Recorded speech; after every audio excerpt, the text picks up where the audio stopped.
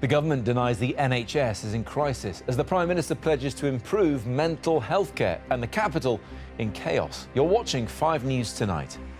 The Health Secretary Jeremy Hunt tells 5 News that patients should be worried about attending some hospitals, and junior doctors tell us why. I'm really worried about what might happen in the future, and the worst case scenario is missing that sick child because you haven't got round to seeing them yet.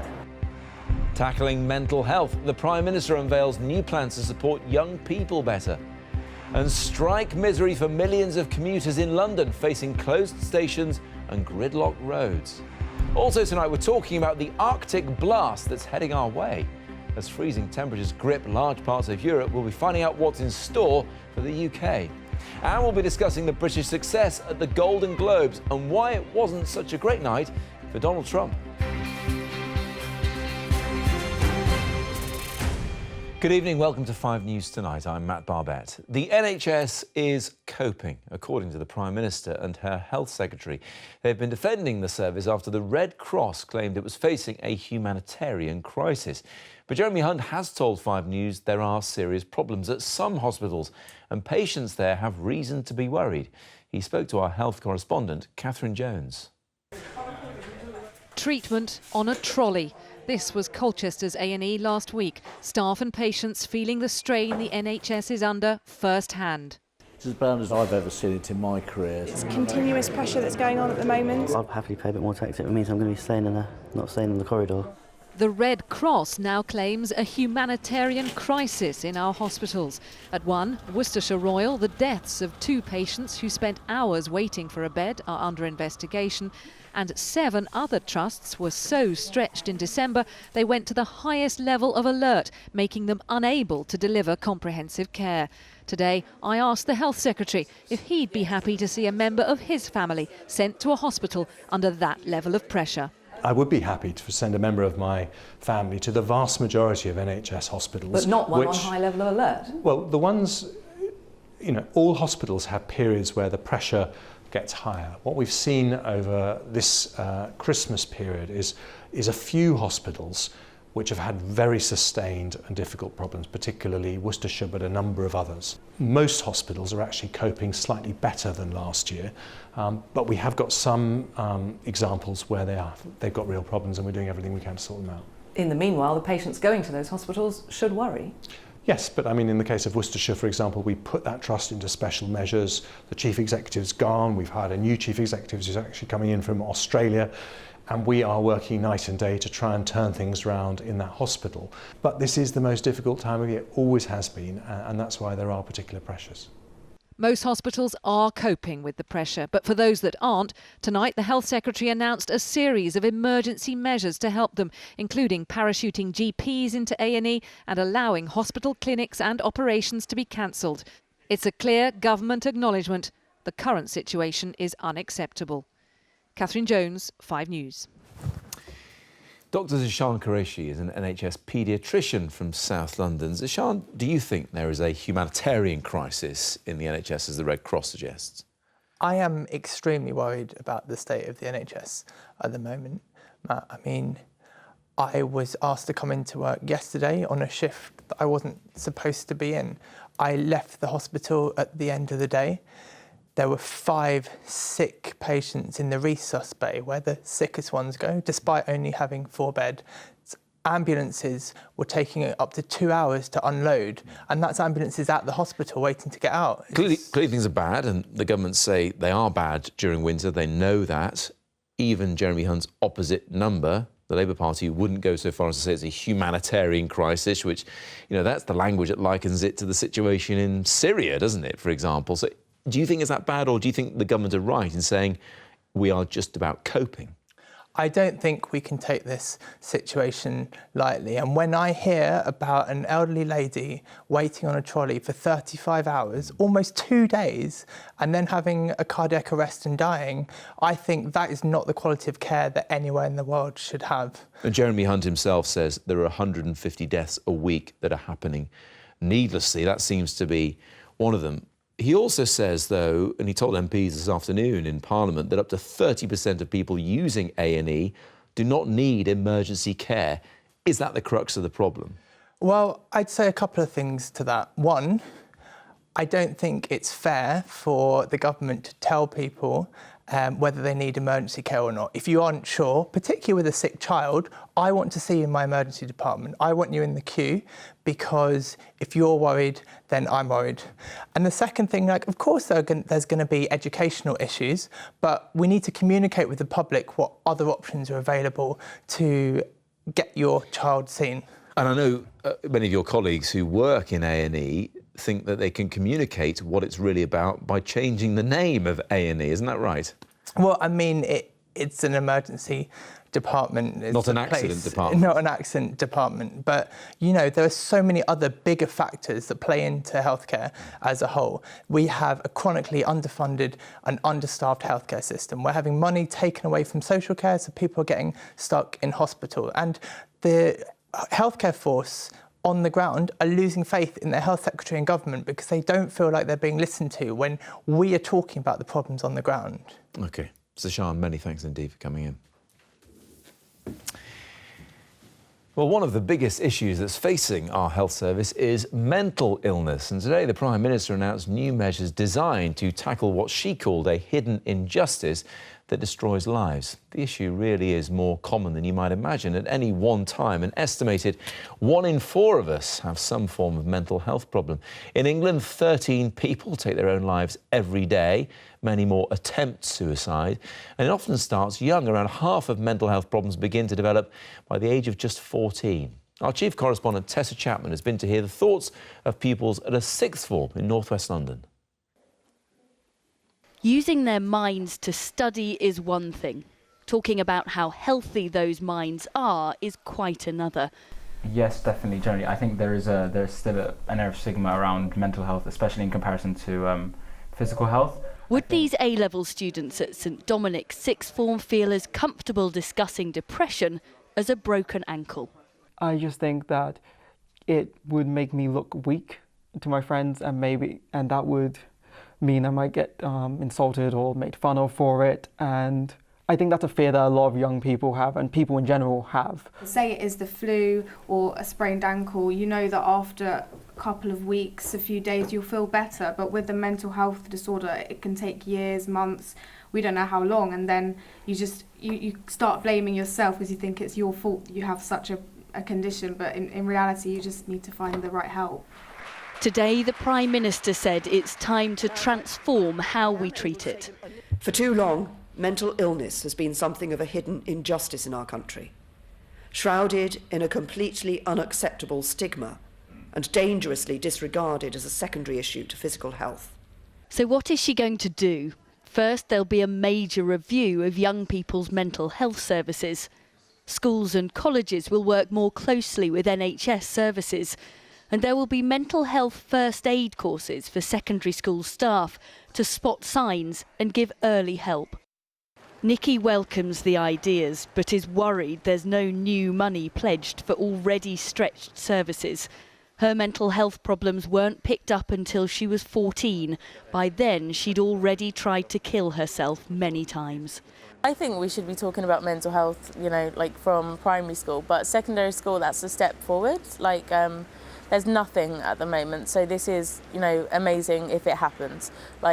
I've been saying for a long time, there needs to be more prevention, and this would work as prevention. Our students agree, but echo charities' concerns that there must be funding at the sharp end too. What is clear is that mental health might be difficult to talk about, but it is now part of our conversation. Tessa Chapman, 5 News. As well as her plans for mental health care, the Prime Minister also vowed today to build a shared society tackling injustices. And she said Brexit provides an opportunity to change Britain for the better. The pound, though, fell to a 2-month low this morning following comments that Mrs May made at the weekend that the UK could not be expected to quit Europe and keep bits of the membership. Let's talk now to our political editor, Andy Bell, who's in Downing Street. Andy, tell us what else we gleaned today. Well, I think what we learned is that the Prime Minister is still very keen to keep her options open and not to be boxed in. As you say, some people were interpreting what she said yesterday as showing that Britain would be leaving the single European market, what is called a hard Brexit. But today the Prime Minister said people should not assume that, people should not be guessing what the negotiating strategy is. This is what she had to say today. I don't accept the terms hard and soft Brexit. What we're doing is going to get an ambitious, good, best possible deal for the United Kingdom in terms, as I say, of trading with and operating within the single European market. But it will be a new relationship because we won't be members of the EU any longer. And Andy, from Westminster to Stormont, developments in Northern Irish politics this evening. Yes, another headache for Number 10. Martin McGuinness of Sinn Féin, he's been the Deputy First Minister of Northern Ireland for 10 years, has resigned this evening. He's resigned because he wanted essentially to put pressure on the First Minister, the unionist Arlene Foster. He believes that she should have resigned over her involvement in what has essentially been a failed taxpayer subsidised renewable energy scheme in Northern Ireland, which seems to have gone very wrong, could cost taxpayers hundreds of millions of pounds. People like Sinn Féin wanted Arlene Foster to resign. Since she has not resigned, Martin McGuinness has now resigned, provoking this crisis. But it was clear when he was speaking this evening that as well as that issue of the renewable energy subsidy, matters between the two main parties in Northern Ireland had turned very sour. We in Sinn Féin will not tolerate the arrogance of Arlene Foster and the DUP. Sinn Féin wants equality and respect for everyone. And that's what this process must be about. So now it looks as if within weeks we're going to have elections to the Northern Ireland Assembly, and then after that, presumably an attempt to put together a new power-sharing agreement between the Democratic Unionists and Sinn Féin. Andy, thanks very much indeed. The girlfriend of an RAF serviceman who's been missing for over 3 months now has revealed that she is expecting his child. 23-year-old Corrie McKeague was last seen in the early hours of September the 24th while on a night out in Bury St Edmunds in Suffolk. His girlfriend, April Oliver, says she found out she was pregnant just 2 weeks later. I've had to make a massive decision by myself. I mean, I was hoping and praying that we'd find out some information, that he would come home so that we could make the decision together. We had conversations about children and what we'd wanted in the past, and it was something that I hoped that he would be here to help me make the decision, but unfortunately he isn't. Tesco has announced plans to make 1,000 people redundant. The jobs will go as part of a shake-up at the supermarket's distribution network. And Rolf Harris has watched via video link as jurors were selected for his sexual abuse trial. The 86-year-old has been allowed not to attend the trial in person because of his age and his health. He denies 8 charges involving women and girls, one who is under the age of 13. Now, it's been a pretty miserable start to the week for millions of commuters in London, caught up in a strike by underground workers. No tube trains running meant buses were packed, roads were gridlocked, and some overground rail stations had to shut due to overcrowding. And while it was only London today, more transport strikes will hit other parts of the country over the coming weeks, as Olivia Kinsley explains. A city of nearly 9 million people stopped in its tracks. The roads in gridlock, passengers waiting patiently for trains they had no hope of getting onto. There were reports of pushing, shoving and even fights breaking out at bus stops.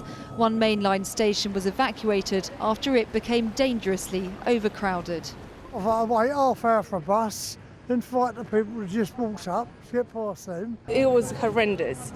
I'm coming from Brighton. Luckily today some trains are running. But tubes are not. It's just too much, basically. Just too much, and it's got to stop. Something's got to be sorted out.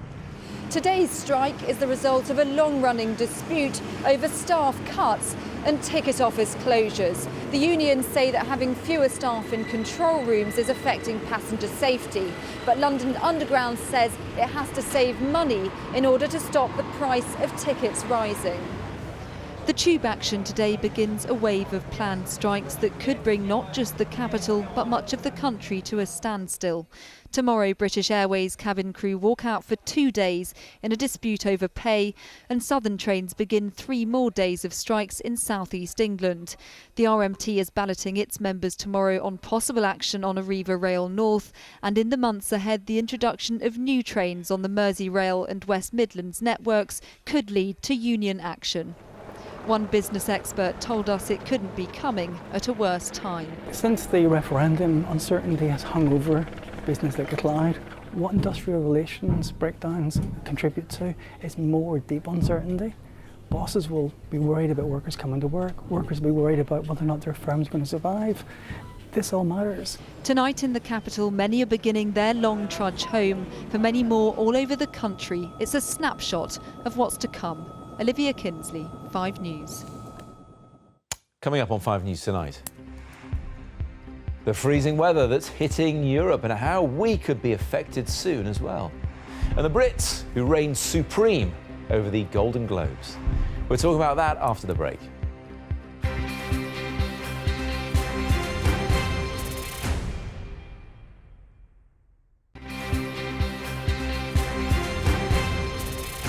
Welcome back. You're watching 5 News tonight. At least 25 people are thought to have died in freezing weather sweeping across Europe.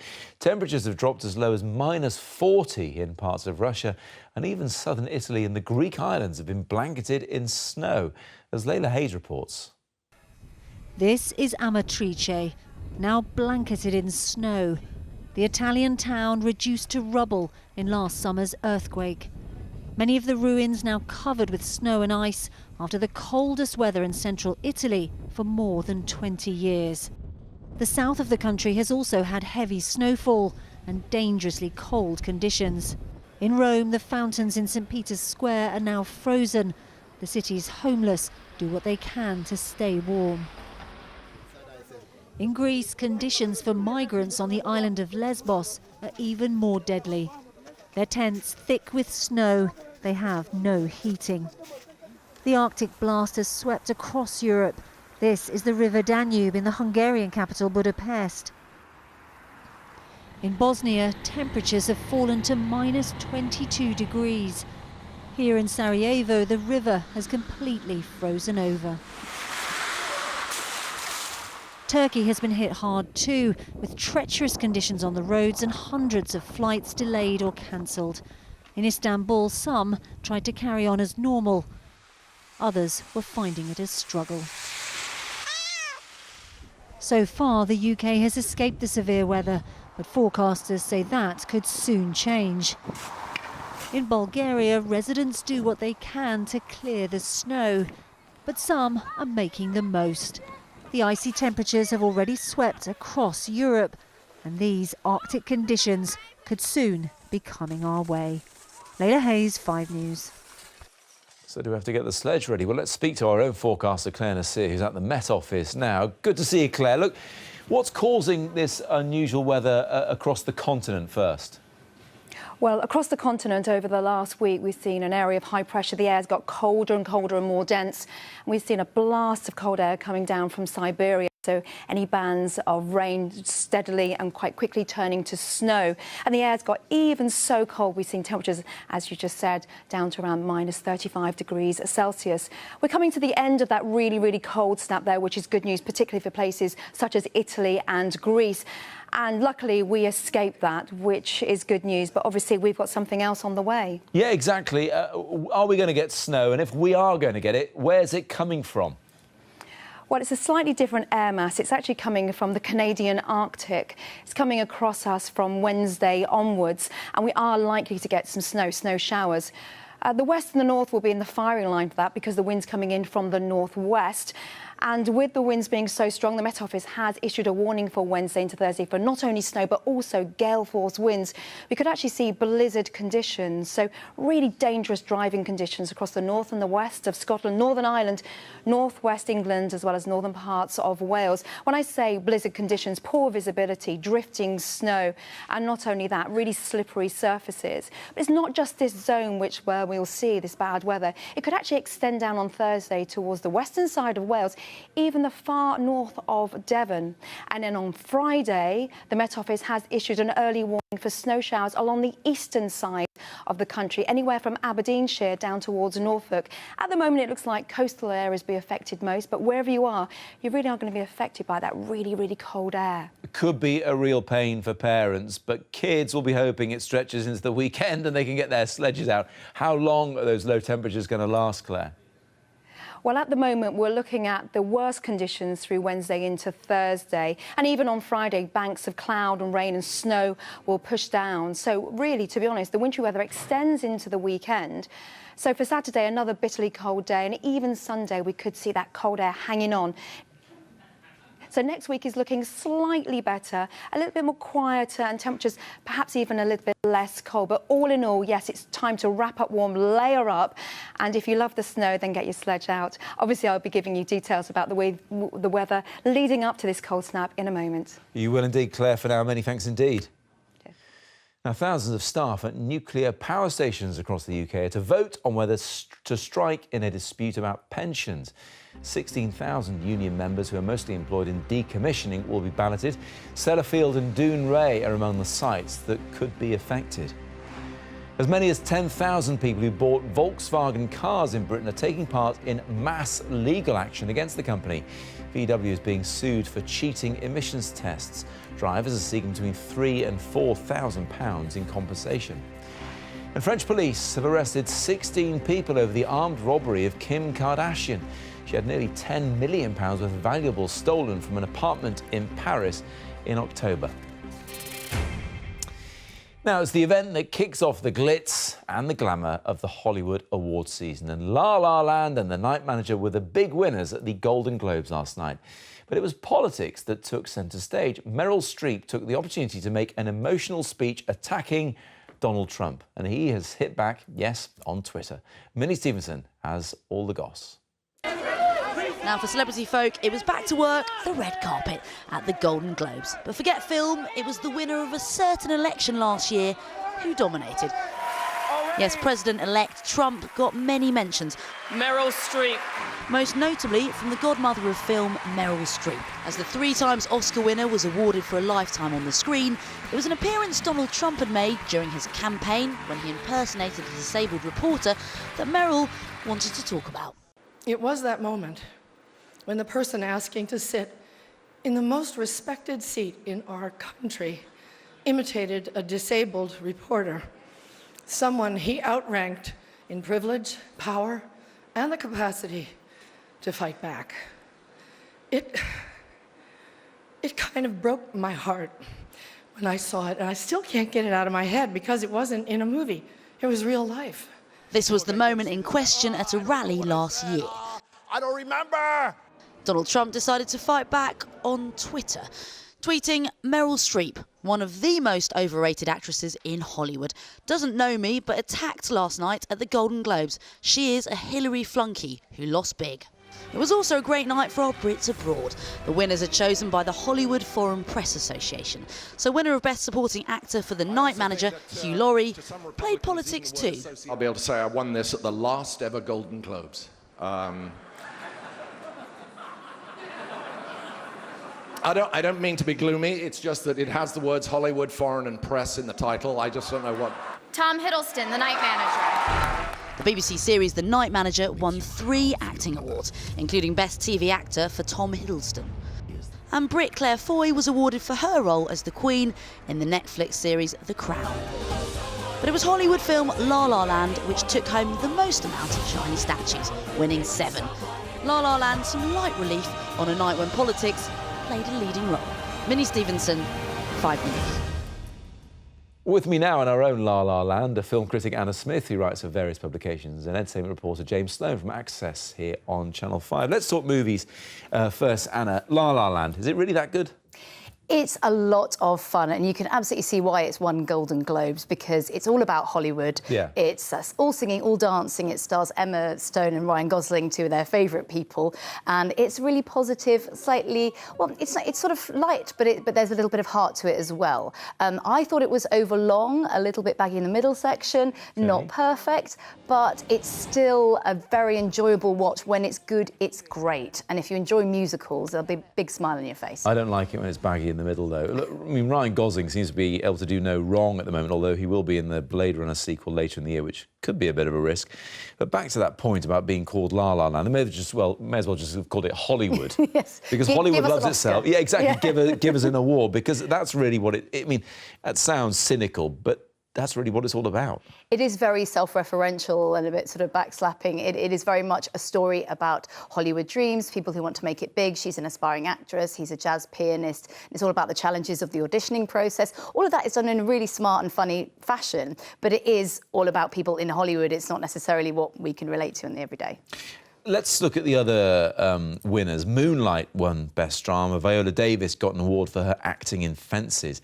Now, is this Hollywood owning up to a lack of representation in the awards season last year? That's right. There was a lot of controversy last year with the Oscars so white, and most of the awards ceremonies, you know, people of non-white were underrepresented. This year, I think one of the great things is there has been a lot of great talent to choose from, and there's been more funding for films of people of colour, and I think that's been one of the reasons that Moonlight and Fences have been recognised. But I'm sure that the voters will have had it in the back of their mind, the controversy of last year when voting as well. But these are deserving victories for them. The Oscars Academy, of course, have taken on more people of colour as well to vote on the films this year. Quick mention of Brit Aaron Taylor-Johnson. He got an award for Nocturnal Animals. But, James, it's TV where the Brits did really well, specifically with The Night Manager. Yeah, well, we talked about Hollywood loving Hollywood movies. Hollywood also loves it when Brits do prestige drama. They love it. And The Night Manager summed that up with espionage. And you got two brilliant central performances by Tom Hiddleston as Jonathan Pine. And then you have Hugh Laurie as Richard Roper. And Hugh Laurie won Best Supporting Actor in a TV drama. And he beat John Travolta for The People vs. O.J. Simpson, which was basically like, how can you get two more hammier turns from two really massive over-actors?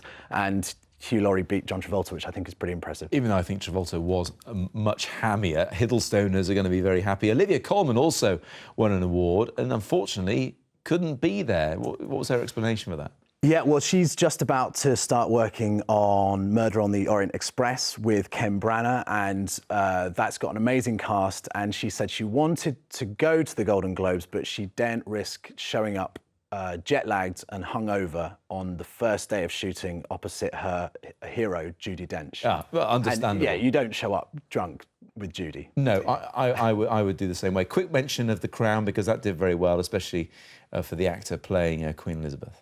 Yeah, it won Best Drama. It beat Stranger Things, which was the favourite, and Claire Foy, she's been a revelation really playing Queen Elizabeth. It's a tricky role to do because, of course, she doesn't show a lot of emotion. So that poise is what I think won over the Hollywood Foreign Press Association. Quick word, Anna, about the tone that Meryl Streep has set for awards season. Is this going to continue now with the lovies in Hollywood, overrated or not, as he might say, having a pop at Donald Trump? Yes, I think award season is always a chance for, you know, Hollywood types who feel very strongly about issues to bring them up at the ceremonies. So I think we can expect more of that come Oscar season. Thank you both very much indeed. Good to see you both. That's just about it from us now. For now, Claire, as she mentioned earlier, has the weather next. I'll see you again tomorrow at 6:30 for that.